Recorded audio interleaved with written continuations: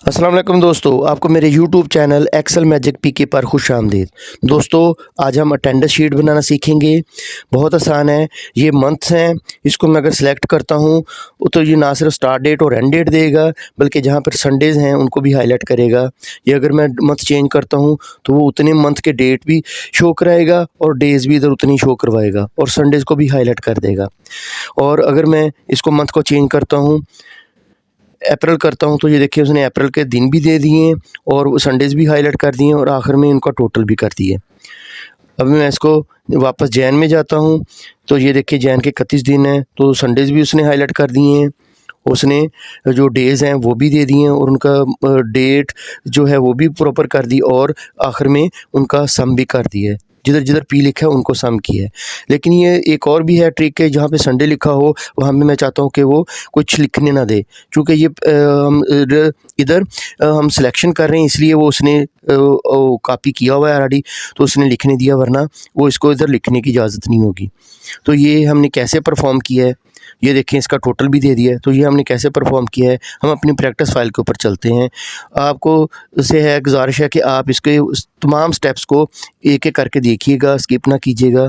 यहाँ पे मैं मंथ्स जो है वो सिलेक्ट करूँगा, या तो मैं मैनुअल टाइप कर दूँ या मैं डाटा वैलिडेशन के ज़रिए इसको किसी जगह से सोर्स के ज़रिए पिक कर लूँ, या यहाँ पे भी इस जो विंडो होगी ये डाटा वैलिडेशन आ गई, इसके अंदर लिस्ट आ गई।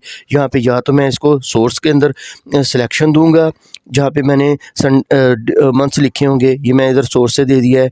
आप इधर जैन कॉमा फेब कॉमा मार्च कॉमा अप्रैल बगैर स्पेस के दे के ओके करेंगे तो तब भी आ जाएगा। अब इसको मैं सिलेक्ट कर देता हूँ, ये जैन सेलेक्ट कर दिया है। अब मैं इधर ईयर्स लूँगा, तो ईयर्स के लिए भी वैसे करूँगा। ये मैं लिस्ट के अंदर जाऊँगा, डाटा वैलिडेशन, उसके लिस्ट और उसका सोर्स जो है वो दे दिया है, इसको ओके कर दिया है। अब देखें कि अब मुझे यहाँ पे स्टार्ट डेट चाहिए। स्टार्ट डेट हर मंथ की जो है वो फर्स्ट से स्टार्ट होती है, तो लिहाजा मैं इधर एक फार्मूला लिखूँगा, डेट वैल्यू होगी फार्मूला, और उसके ब्रैकेट शुरू करके इन्वर्टेड कॉमास के अंदर 1 लिखूँगा और कॉमा डालूँगा, तो मंथ की जो पैरामीटर है उसको मैं इधर मंथ से सिलेक्ट कर दूँगा। एम्परसैंड यानी एंड वाला जो साइन होगा वो डाल के फिर एम्परसैंड का साइन डाल के ये ईयर्स वाले जो ऑप्शन होगा इसको मैं सिलेक्ट कर दूँगा। ये ईयर्स भी आ गया। यहाँ पे अब मुझे एक और ट्रिक चाहिए कि मैंने यहाँ पे end date of the month लेनी है, जो भी हो। ये भी फार्मूले के ज़रिए हम लेंगे कि एंड डेट ऑफ मंथ कौन सी है। जैन है तो कौन सा कितने दिन आए, फेब है तो कितने दिन आए, मार्च है तो कितने दिन आए, वो हर मंथ के अलग-अलग दिन होते हैं। अब मैं फेब सेलेक्ट करता हूँ और यहाँ पे मैं फार्मूला लिखूँगा।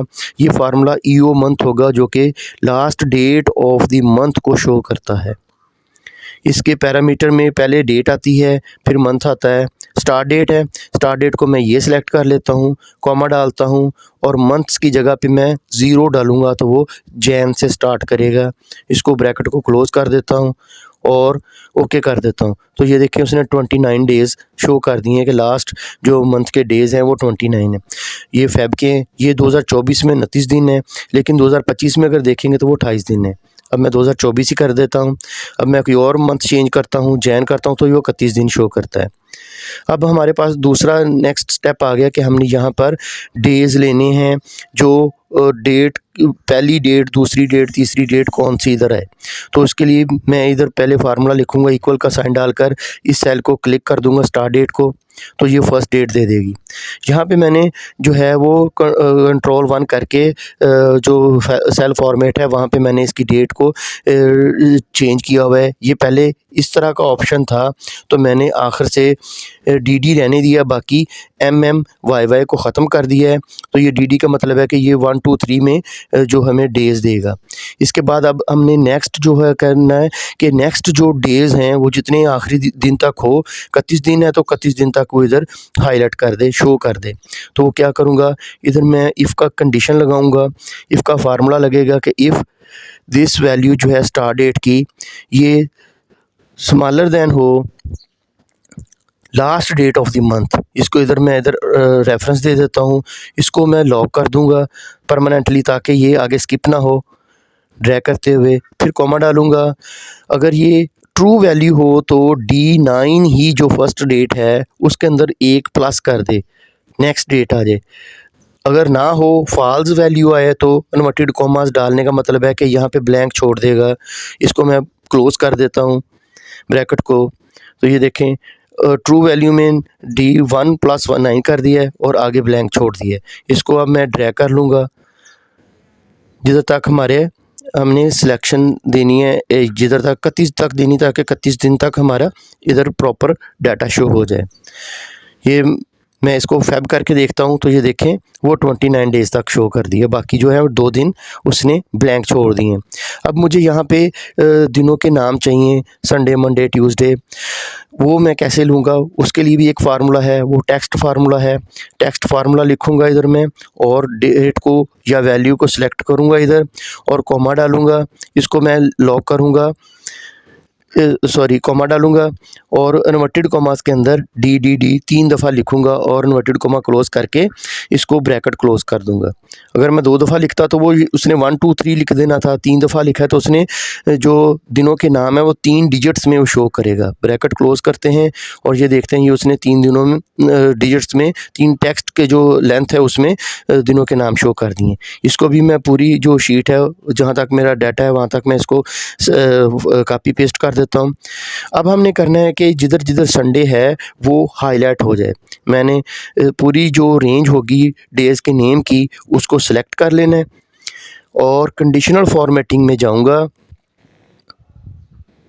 होम टैब में जाऊँगा, कंडीशनल फॉर्मेटिंग और यहाँ पे हाईलाइट सेल रूल्स को सिलेक्ट करूँगा और टेक्स्ट दैट कंटेन्स इसको क्लिक करूँगा तो ये विंडो ओपन हो जाएगी।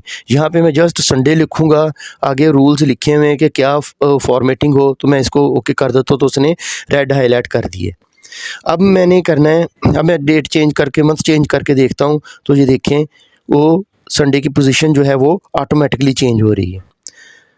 ये देखें अगस्त का किया तो वो संडे की पोजीशन चेंज कर दी है। वापस हम फैब में जाते हैं।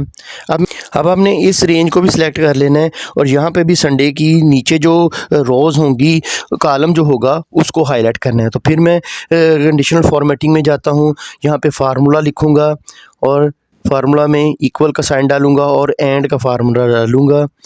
एंड का मतलब होगा कि वो ट्रू फॉल्स में वैल्यू का रिज़ल्ट देगा। एंड ब्रैकेट शुरू करूँगा और ये जिधर डेज़ लिखे हुए हैं वहाँ पे क्लिक करूँगा तो उसने लॉक कर दिया परमानेंटली।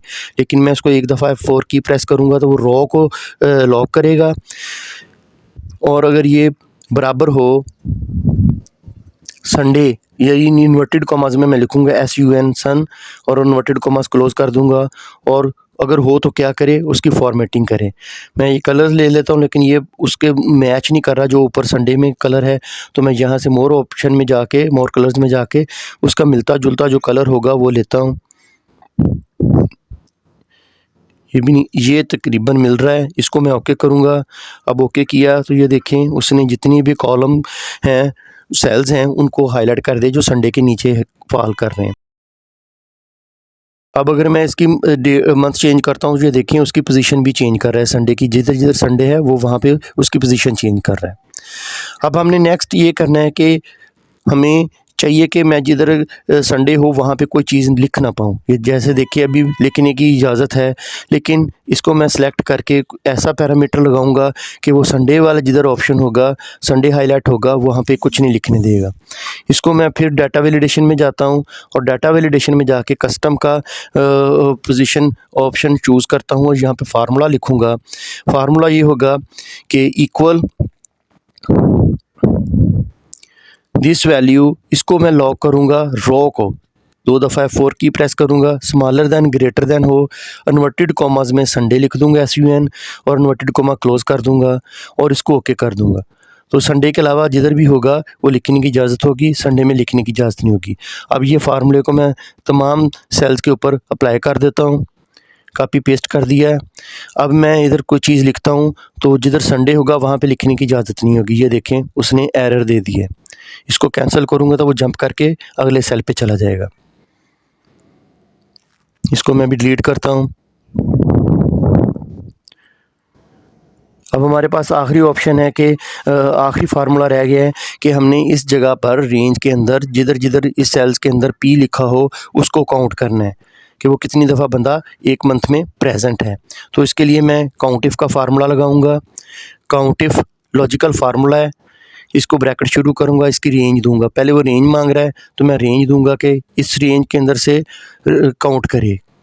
किस चीज़ को काउंट करे वो मैं कॉमा डाल के आगे या तो सेल किसी में लिखा होगा पी उसको रेफरेंस दे दूंगा या इधर ही इन्वर्टेड कॉमास डालकर उसके अंदर पी लिख दूंगा।